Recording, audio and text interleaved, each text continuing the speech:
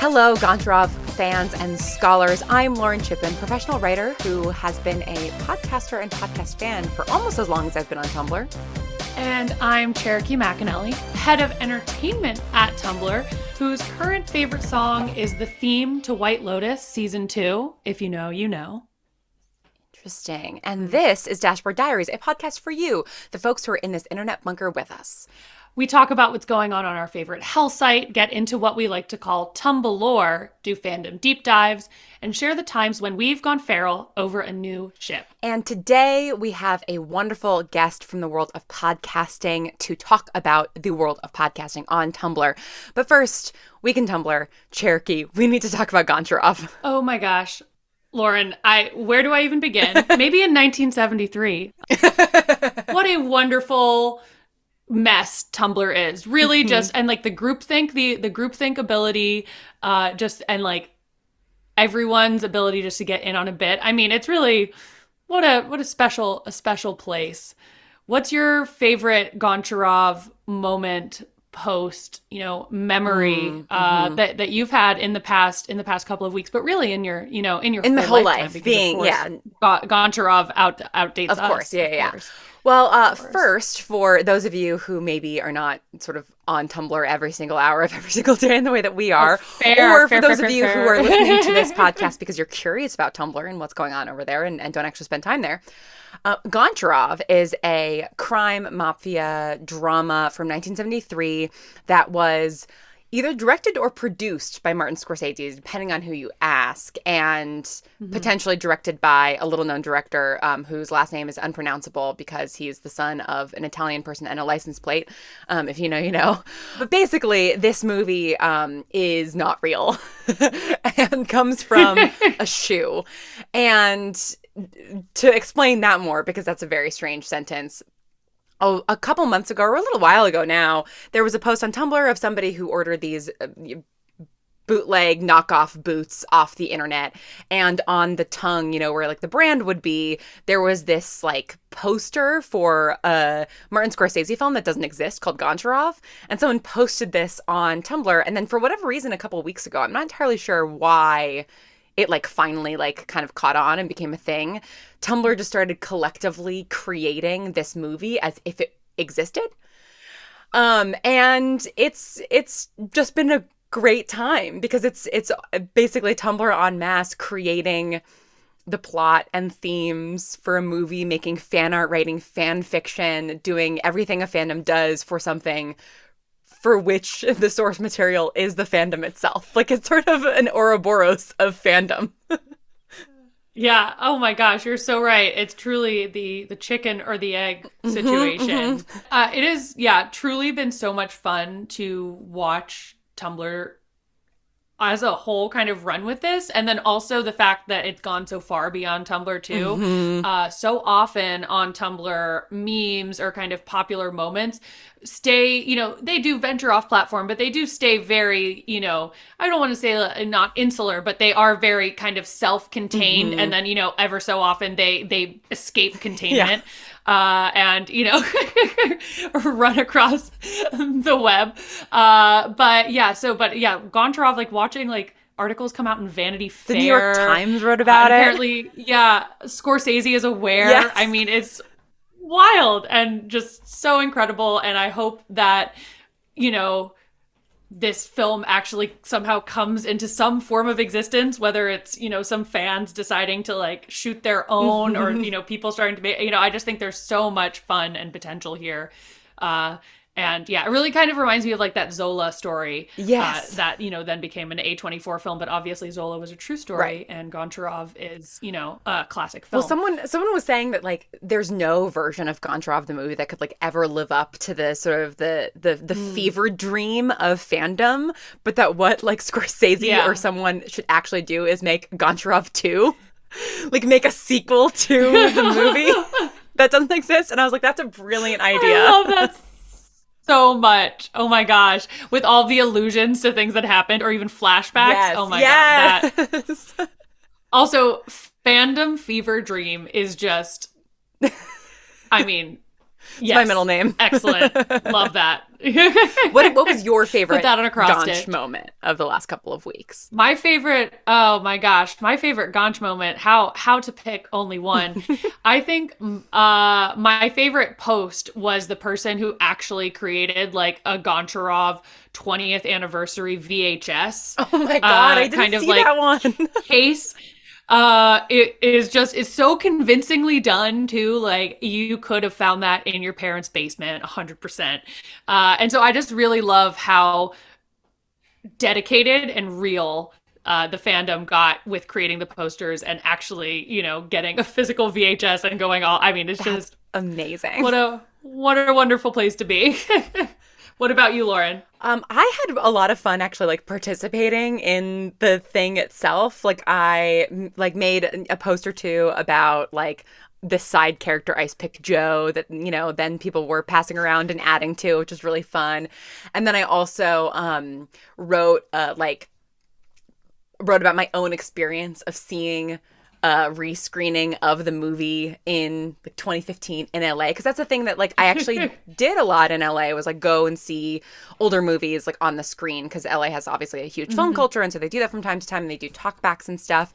And what was so funny too is that I saw like a day or so later that Will Wheaton had the exact same idea and had posted about his experience of seeing it on the big screen in LA. And I was like, oh, like I love that people who work in creative fields in Los Angeles sort of like had this instinct to talk about seeing it on an LA, theater screen. So that was like a fun little moment. Oh, I love that. I love that even Ryan Reynolds got involved. Oh, did he? I know Linda Carter has been big in on it. Yeah, he posted a like quote post on his Tumblr, Goncharov to himself, "Will you be here when I return?" And then below it, he wrote, "To this day, that line gives me chills. Hashtag film school. Hashtag right before he punches the mirror. Hashtag I own it on video disc." That's awesome.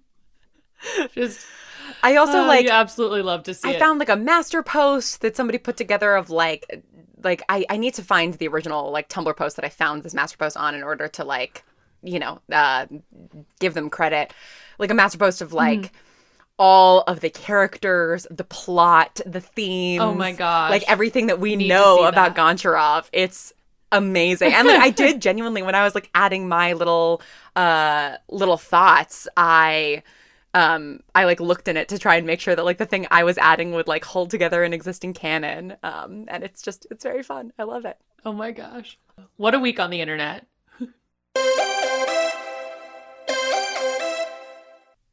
Hello, Dashers. Lauren Shippen here. This week's Tumblr vibe is sitting in a dark, beautiful theater watching Goncharov for the very first time. Thank you so much for listening to Dashboard Diaries. We've loved all the feedback we've received so far, and we'd love to hear more from you. Every week, we end the show with a feels corner where we talk about what's giving us feelings that week, and we want to include your feels. So if something is giving you all of the goosebumps, record a 30 seconds or less audio message and send it to us at dashboarddiariespod@gmail.com. Tell us what you're fanning over at the moment, and we may feature it in the show. And now for a word from our sponsor.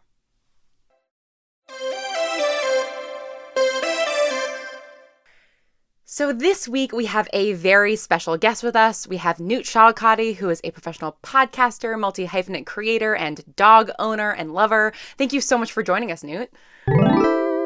Thank you for having me. This feels like a very grand full circle moment considering what we're talking about today. It does. So today we are talking about audio drama and Tumblr. And for those of you who might be listening and don't know me from anything other than this podcast and or Tumblr, I am an audio drama creator. I have been making audio dramas since 2015. And Newt, do you want to describe your relationship to audio dramas? Yeah, absolutely. So until about 2016, 2017, I was just a listener. I got into them back when I was still in middle school, and a friend at this financial management day camp that my mom sent me to for some reason got me into Welcome to Night Vale. And from there, my dashboard slowly began filling up with Welcome to Night Vale blogs. And that got me subsequently into the Thrilling Adventure Hour, and then bunches and bunches of other shows like The Bright Sessions and Wolf 359 and the Penumbra podcast and all sorts of great stuff. And then when I was a freshman in high school, I got this brilliant idea that if you guys didn't have to go through any big studios or networks to be able to put your art out there on the internet for all to see and hear, why could not I, a child with no experience whatsoever in anything related to what you were doing, do it too? So I got a bunch of my friends in our little Ohio high school theater program together, and I taught myself how to sound design and direct and figure out an RSS feed, which, Lauren, you will remember back then was a lot harder than it is now. And I put up the first episode of my podcast, Ingworm, and people seem to really like it. So for the entirety of my high school career, including when my senior year was cut short by COVID, I was making a show. And then I've just continued to do that all throughout college. And now I get to work on other people's projects, and it's awesome. That's incredible. I don't think I realized quite how young you were when you started Ingworm. That's amazing. And like, you proved that, like, yeah, you, a child, could do it, you know? And I think that that's such a great, inspirational, you know, moment for anybody else out there who wants to create. And I also started creating because I found Welcome to Night Vale on Tumblr. And so it's like, it's just so funny how much of A, that show, and B, like the Tumblr ecosystem, like I think I became aware of it because at the time I was doing a YouTube series called According to Tumblr, which you can no longer find on YouTube, but some of you might remember. And people kept requesting for me to do Welcome to Night Vale, like as, you know, like trying to explain the Tumblr fandom. And then I dove into it and was like, oh, this sounds really interesting. I want to listen. Cherokee, when did you first start to like notice Welcome to Night Vale like being a thing on Tumblr? Do you remember? Gosh. It feels like the entire time I've worked at Tumblr, which is I started, which isn't, because Welcome to Night Vale started in 2014, 2013? It started in 2012. That's right. 2012. So because it and Gravity Falls had the very first pilot episode premiere on the same day. Really? Wow, big day for Tumblr fandom. Big day for podcasting. Yeah, wow. Big day for gay people online. Yes, exactly. But I think, like when we started, so I pulled some metrics on actually Welcome to Night Vale and also the Magnus archives, just picked two of, you know, the top podcasts on Tumblr.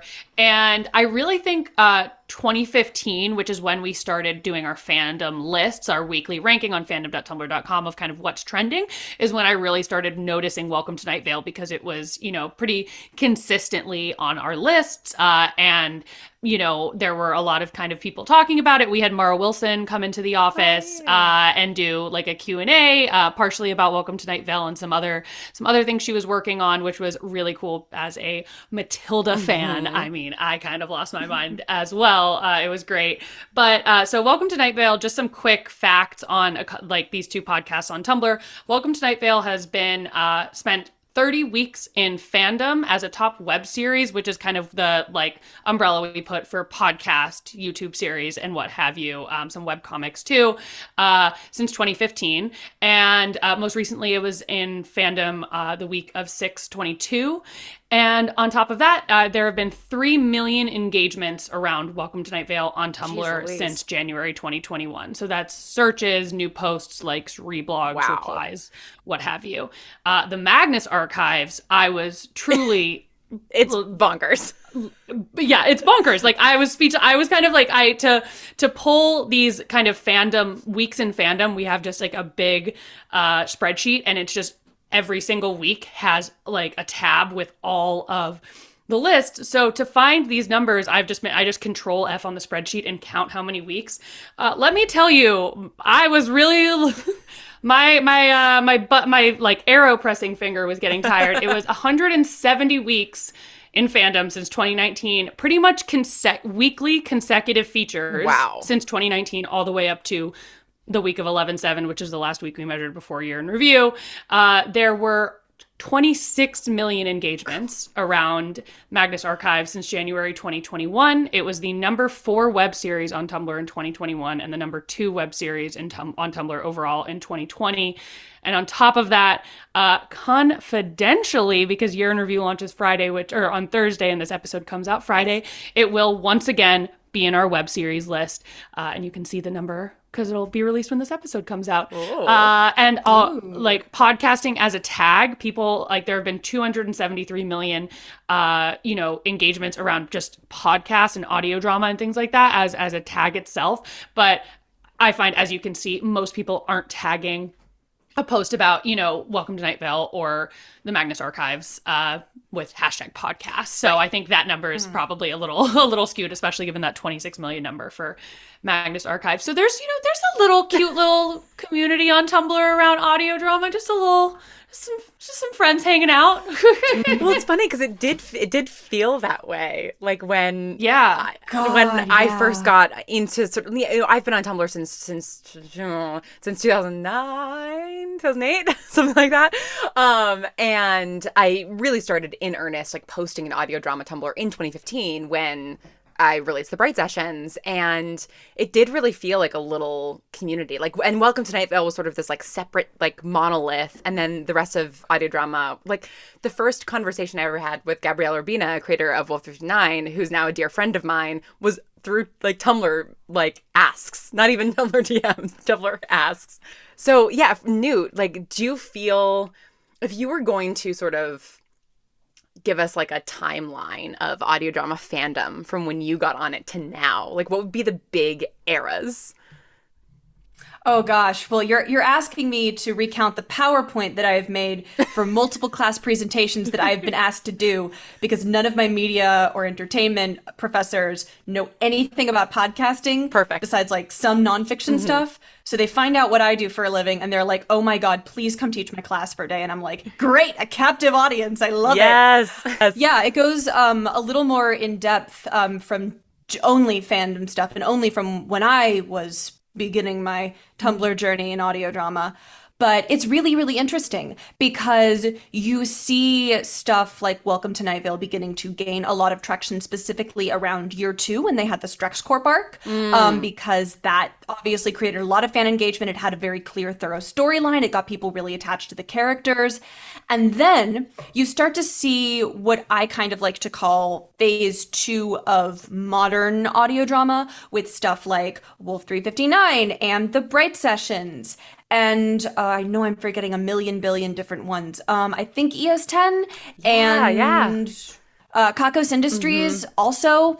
And it's so cool because you see these like small little communities. I remember I got into Wolf 359 right before it like got a lot bigger. I still remember the days when I could log on and go through all of the like newest posts in the tag in like 5 minutes, and I knew and had like a personal conversation with every single person in that tag. It was like you could fit all of us into like a single small Discord chat. And then more people started finding out about it, and it just like got bigger and bigger and bigger, and that was really crazy. And then when I sort of started to straddle things between being like just a fan but also being a creator, it was mind-bogglingly cool to be able to like go do my regular Tumblr rounds, tending my crops, going and looking and like, oh, what's new in the BBC Merlin tag? Okay. Yes. Nothing, no news, got it. And then going into the Inkworm tag, which was like, oh my God, there's a real live Tumblr tag for a thing that I made and people are posting in it. And that's so cool. And then as I have slowly gotten to like see this more as like a professional career that I do, and I've had to kind of put a little bit of space between like fandom and me because it feels a little bit weird to consider myself in the fandoms for the things that like people that I work with and know and get coffee with make. It's still so cool. I'll still like sometimes like hop in the tag every once in a while for other people's shows. Like I think just like a couple of days ago I went in the tag for the Black Tapes, which is so crazy because I remember also that being like a time where I knew every single person who was like regularly posting in that tag. And now just so many great shows have like gotten a huge audience and exploded. And it's so cool to see, and also to like have this really personal connection to that time when audio drama was going from like a very, very niche thing online to something that, you know, could get in those like year in review results. Yeah, I totally know what you mean. There's a thing that happens to me like every couple of weeks where someone that I follow from a completely separate fandom on like my like secret personal blog, who like I'm in a Discord with for this other fandom, like we don't know each other's real identities, all of that kind of stuff. They will every now and then reblog a Wolf 59 post, and they're like a Wolf fan, and I'm like, every time I'm like, those are my friends. Like, you don't know that, but those are my friends. And it's such You're not gonna believe what happened to me. The same thing? Oh my God. This happened so much. No, literally over Thanksgiving break, I watched the entire 2 seasons of the Goes Wrong show and got completely hyperfixated on like everything related to the Cornley Polytechnic Drama Society cinematic universe. And I read something really good. I find this person's Tumblr. I start going through their posts. 5 posts down, they're a Wooden Overcoats fan. Incredible. That actually makes perfect sense. I get it. Yeah. I get it. But also it's just like jump scare. Oh God. Yeah. It's so hard to have a work-life balance when you're just looking through somebody's blog and it's like, oh, I know that person. Yeah. And it is so strange how like straddling this space between fan and creator, especially when it comes to like, I think that audio drama does have more of like a, like sort of monolithic fandom that is the umbrella under which a bunch of individual shows live. But like, you know, we don't see that in like TV, that. Right? But like nobody's like, you know, tagging things with like TV, and you're following other TV fans, right? It's like you are in specific shows. Whereas I think for audio drama, like there is this sense of like really tight community, and sort of if you listen to one audio drama, you probably are listening to this other one, and you know the people who are operating in those fan spaces. And I'm curious, as somebody who has both like participated in the fan space in audio drama and also built a community of their own, like how do you see Tumblr as like a unique space for like building that community compared to other places? Yeah, I think it's just because it's on another level for fan engagement. One of my favorite things is to like log on and see that the Tumblr for Where the Stars Fell, which is the show that I'm currently running right now, has gotten asks, and it will maybe be someone like sending a really wonderful message about how like the representation in the show really mattered to them, or it would be somebody asking, I think like one we got just yesterday was like, what are Lucy's PJs? Like what does she sleep in? Because spoiler alert, Lucy is a human who has big giant wings, and that's like an interesting question to ask. And I love it because as creators, we love getting feedback. We love knowing that there are people out there who are listening to what we make and appreciating it. And it is always so cool to like see people have drawn fan art or are making theories or just posting about it. But it's kind of on another level when you have someone like come into your inbox and send you, the creator, a personal message asking a question about the world and the characters that you've created, and then you get to answer them. It feels almost like a perpetual Q&A at a con. And I have like so many little like posts that people have made where I've like reblogged them and said something like funny in the tags as showrunner Newt, and people will be like, oh my gosh, so true, bestie. Which I love that. Yeah. I love the fact that you can build this kind of personal connection while like also of course having the tools to make sure that it doesn't become like unhealthily parasocial and that everybody's personal space is respected. I think that is a rare quality in internet spaces. It's something that's very much appreciated as someone who has been in both roles. Yeah, and I do think that Tumblr actually allows that connection to exist without crossing boundaries because of the way that it's organized and because of like the behavior of the people on it. And within that, you know, I still think that there are like best practices for creators, right? And this is something you wrote about for Simplecast a couple of weeks ago, and something that certainly I spent a lot of time thinking about in terms of like, when I go into the Bright Sessions tag, what am I like, quote unquote, allowed to engage with, right? I engage almost exclusively with fan art, because fan art is something that people, if they're putting on Tumblr, they probably want it to be seen, versus like someone making a discussion post about a particular thing in the Bright Sessions that they want to talk to other fans about. It's like, that's not my space. And I've sort of discovered a similar thing with the questions about, you know, like characters' lives outside of the canon of the show. And I don't answer those types of questions that much anymore because sometimes it then overshadows other people's headcanons, right? Just like specifically within the some of the shows that I've made, not all of them, right? And so it's like, it's feeling out those like individual fandoms, those individual like audiences that you're working with. And if you were going to sort of summarize a couple of like best practices for creators who maybe are not coming from like the Tumblr ecosystem, but who want to build a community on Tumblr for their audio drama or their webcomic or what have you, like what would those best practices be? Something I've found is that it is a big learning curve for colleagues and friends of mine who have audio dramas that I've like gotten to make a Tumblr, is that unlike places like maybe Twitter or I guess now Hive, or places where you are more likely to be interacting with your peers and potential collaborators and advertisers in a professional sense, is that Tumblr is primarily a fan space, which means you can kind of kick your shoes off. I have like funny memes or posts or whatever. I think like I made something that was definitely referencing Goncharov, and like I will only post those on Tumblr because I know that that is a more appropriate space for stuff that is like silly and more casual. And I know that I am less likely to potentially make myself look silly in front of someone that I would want to work with because it is, again, primarily a fan space. So just get creative and kick your shoes off. I love that. Yeah, I love that a lot. And do you, what fandoms are you in, both in the audio drama space and also just beyond? And kind of, do you engage differently with those fandoms in the audio drama space as a fan and in, you know, the other entertainment spaces as a fan? Yeah, I think for audio drama stuff, I mean, most of the audio drama fandoms I'm in these days are just for my friends because I usually, when I find a new show and I really love it, I will like find the creator and reach out to them. A really great example is one of my best friends, Lauren Grace Thompson, who with her partner Ian Gears does two shows called The Vanishing Act and Fox and Stallion.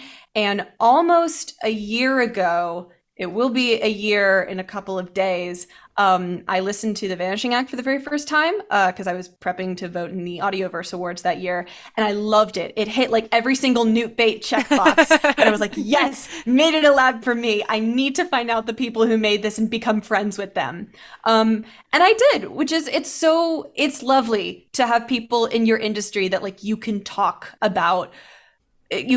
to about the things that you love, because I would not feel comfortable talking about shows, especially like shows who are made by people that I know and work with other fans, because it feels a little bit like there's a bit of a power imbalance. You know, obviously, like I'm not saying that I'm some incredibly famous person or whatever, but it's like, okay, there is a little bit something weird going on because I probably have not told you that I work with this person and that I'm an active creator in the space, and you might not feel comfortable saying the things that you're saying to a person that knows these people. So I usually just tend to talk about like audio drama fandom stuff with other people who work in the industry. But I do have some like very close friends who have been there with me since my fandom days and know who I am and what I do, that I will talk to them about it. And I'm very lucky in that many of those people are also fans of my show. So, you know, they get the bonus content. They get to know the silly things. And what about other fandoms that you're in? Outside of podcasting, like how do you engage on Tumblr? I mean, other fandoms, I'll just like keep the privacy up and then be very, very, very silly. I do have a secret personal Tumblr now that I that I have been saying some very interesting things about An Interview with the Vampire on. Excellent. Because other Lauren got me into that, and I think it's great. Yeah.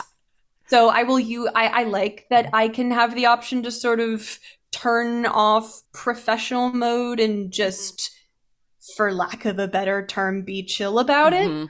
I still think that internet anonymity is a wonderful thing that we should not be too eager to get rid of, because while it does have its pros and its cons, I very much need spaces where I can just be a fan and not have to like take on all of the other stuff that comes with being a fan and also a semi-moderate niche internet micro celebrity public figure. Yeah. Yep. Is that on your business card? Well, the thing is that, you know how like in contacts you can like put what company somebody works for? Yeah. I'm pretty sure at least 2 of my friends have niche podcasting internet micro celebrity. I love that.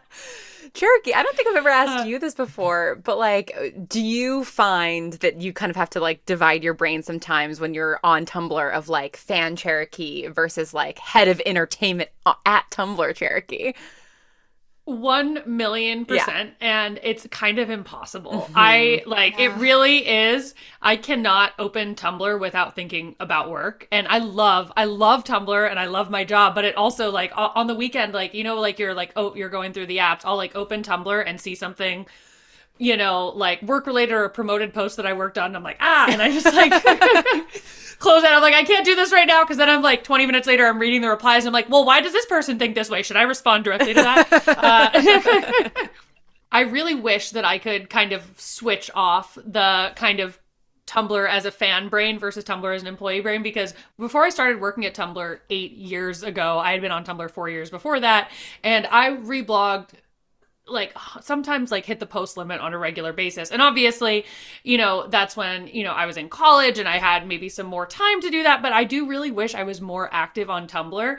And I just need to find, I think maybe it's like the case of even creating a completely separate account even versus like a secondary blog, so that I kind of curate it separate from everything I'm following on my, like on main, because it is a mix of all my favorites, but then, yeah, so many work-related things. And especially because I, like, on the entertainment side of things, so much of my job is, like, I'll see, like a post about Black Panther, and then I'm like, did I forget to caption the, like, final edit of that Q&A before it went live? Like, it's always, like, anytime I see a mention of any show I'm working on, like, I, like, panic, and I'm like, what did I miss from this? Like, there's gotta be, you know, it doesn't stop me from being a fan, but I think it definitely, like, I mostly use Tumblr as, like, even when I'm using it as a fan, I'll be using it as, like, a Tumblr employee, because I end up, like, queuing stuff to the entertainment blog, or, like, whatever it is. I just can't help it. Which, I mean, I guess I'm lucky that I have a job that, you know, is using Tumblr, because that's a really fun. Can't complain. It's a fun job.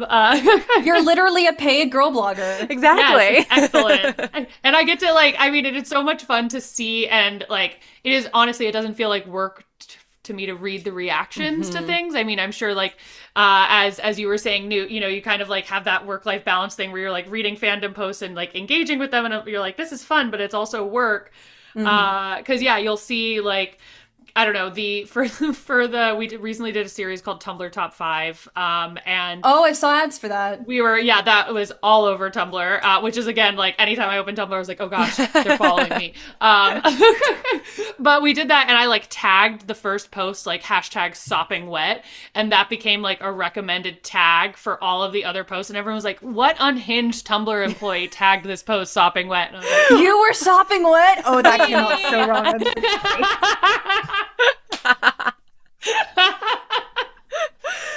That's amazing. Yeah, so I'm the person behind Sopping Wet. You're welcome, and I'm sorry. Perfect. Wow, oh my gosh, look at me. We're all micro celebrities here. Well, speaking of our past Tumblr selves and the various selves that we've been on Tumblr, we'd love to do our dashboard confessional with you, which is when we dive back into our own archives and choose a post that we posted or reblogged from around this day, however many years ago. Newt, would you like to share your confessional with us? Yes. So you may remember that on November 25th last year, in November 25th, 2020, the strangest thing happened. I don't know if you all remember, but some people were very, very opinionated about the finale of the CW Supernatural. Right. Not me. I stay rested, blessed, and far away from that program. You won't catch me anywhere near it. I do love a kerfuffle. And the reason I'm picking November 25th is because unbeknownst to me at the time, by which I mean I forgot, I had scheduled my appointment to start testosterone on Friday, November 25th this year. So forever and always, the anniversary of me starting T will be the day that Supernatural finally ended. Wow. Which I what think a is historic a beautiful day. What an anniversary right? to So share. Here's what I wrote to commemorate the occasion in 2020, and I will do the accent now. Now, I may be a simple country lawyer, but to the best of my knowledge, you fine folks wanted Mr. Winchester here to get nailed. Is that right? I think I saw that post, Newt. Help, girl. Oh my gosh, that's amazing. That's incredible. Oh my god. What a time November so 2020 funny. was on Tumblr. It was like watching the senators turn on Caesar. It was beautiful. Cherokee, what do you have for us this week? Nothing's gonna top that, I don't think. I'm gonna bow out because my post is not nearly as historic, like heritage post, I would say. That's how you know you've made Absolutely. it.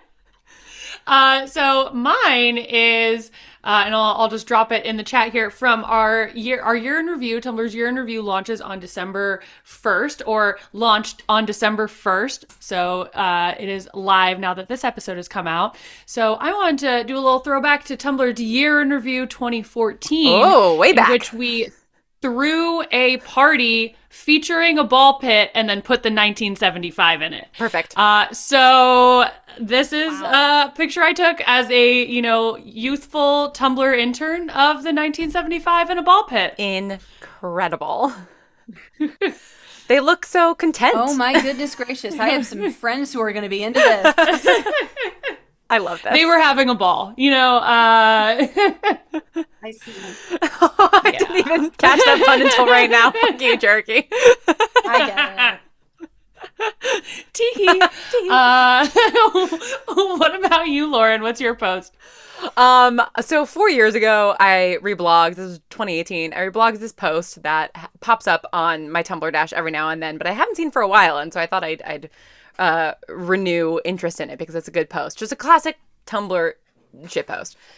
So, Tumblr user named Unshell Worm posted, "People filled with sin, dirt filled with worms, parentheses, a good and righteous thing."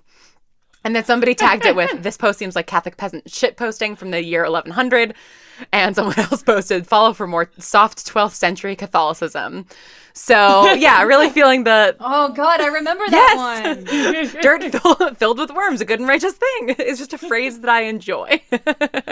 An actual World Heritage post. Yes, exactly. Yeah, it was nailed Would to... you still love me if I were a worm come from Tumblr? I don't know, did it? Oh. I know, I've only am seen it not on sure. Tumblr. I feel like it did. I kind of just assume by default because Twitter just tends to like screenshot stuff from Tumblr and post it there. I would assume so, simply because... So don't worry, everyone. Tumblr loves worms, Let's see. Yeah.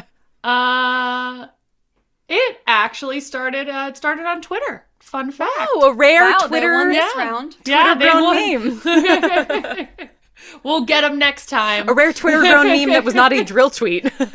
I mean, it does make sense because, like birds eat worms in Twitter. There you go. That's true. There you go. There's something They there. didn't even know who they didn't even know who Goncharov was. Oh my gosh. Uncultured So swine. uncultured. Am I Haven't right? they ever heard of Uncultured. Very films? uncultured. All right. We are going to end, as we do every week, which is with our Feels Corner, where we talk about what has us in our feelings, Tumblr or otherwise. Newt, what's got you in your feelings right now?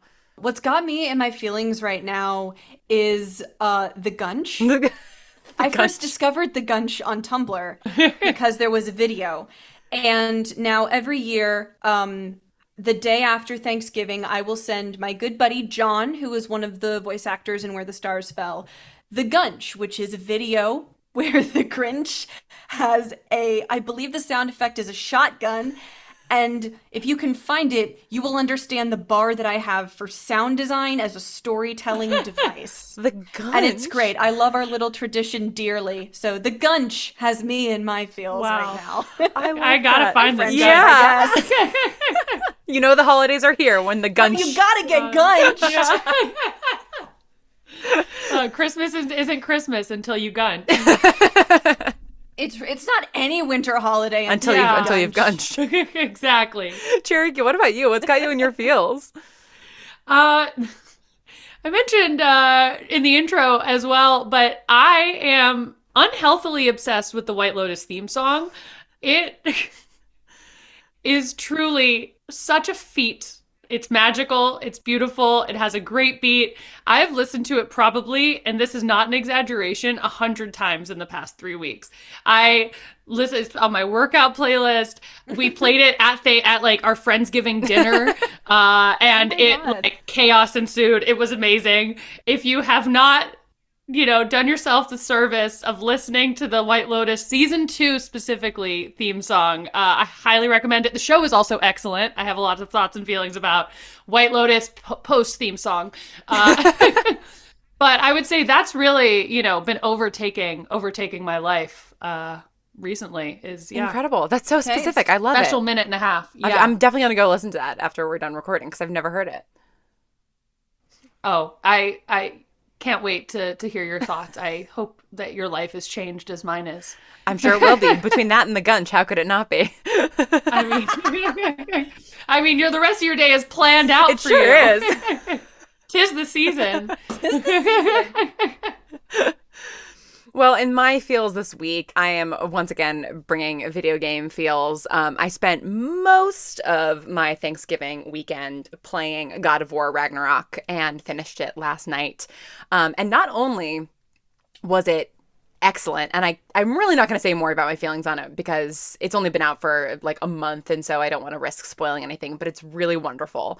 But also, it is the first game on PlayStation that I have 100%ed. Because all of the trophies for PlayStation are actually like achievable, unlike like Red Dead Redemption 2, for instance, which I just checked and I clocked 549 hours on so far, and that I'm only at 70% completion of. I believe in you. Thank you. So I'm in my feels about that, and just in general in my feels about like found family, because God of War has some like really great found family. Actually, this is one thing I'll say because it's not really a spoiler. So if the first game was about a dad and his boy, this is about a boy and his many dads / uncles. It's just like a family of like weird Norse figures raising a child. It's great. What's not to love? What's not to love? I love that. You know who else had a found family? Lauren, I'm not about to do the youth pastor thing and say Jesus Christ. The Cornley Polytechnic Drama Society. That's a found family. Don't know if they like each other, but they're a family. I do need to go consume some of that stuff because I'm familiar with like I know of it, but I have not actually like watched any of it or anything. I don't usually annotate the copies of plays that like I order because I want to like keep them fresh in case I ever like direct a production one day and actually need to use it. This is heavily annotated with little gold stars for every single time that Chris does something that makes me love him even more. That's amazing. Today we're baby girlifying a 40-year-old man or 30. I don't know. What else would we possibly do on Tumblr if what not else that? Yeah, exactly. Just another day. Yeah. But baby girlifying a man who has been through hell and looks it. That is, as far as I'm concerned, the beating heart of Tumblr is doing exactly that. And with that, we've come to the end of our show. Thank you so much for being on, Newt. Where can people find you on the internet? Thank you so much for having me. So social media is in a flux these days, but I'm pretty much everywhere at Newt Schott. That's NEWTSCHOTT.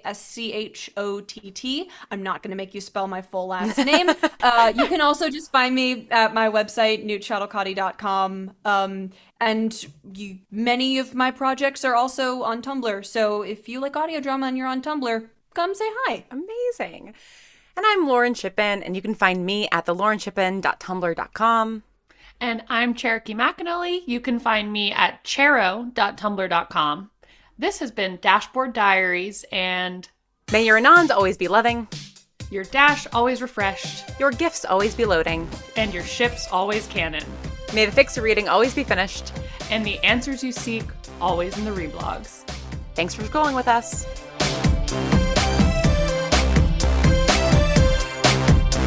Bye.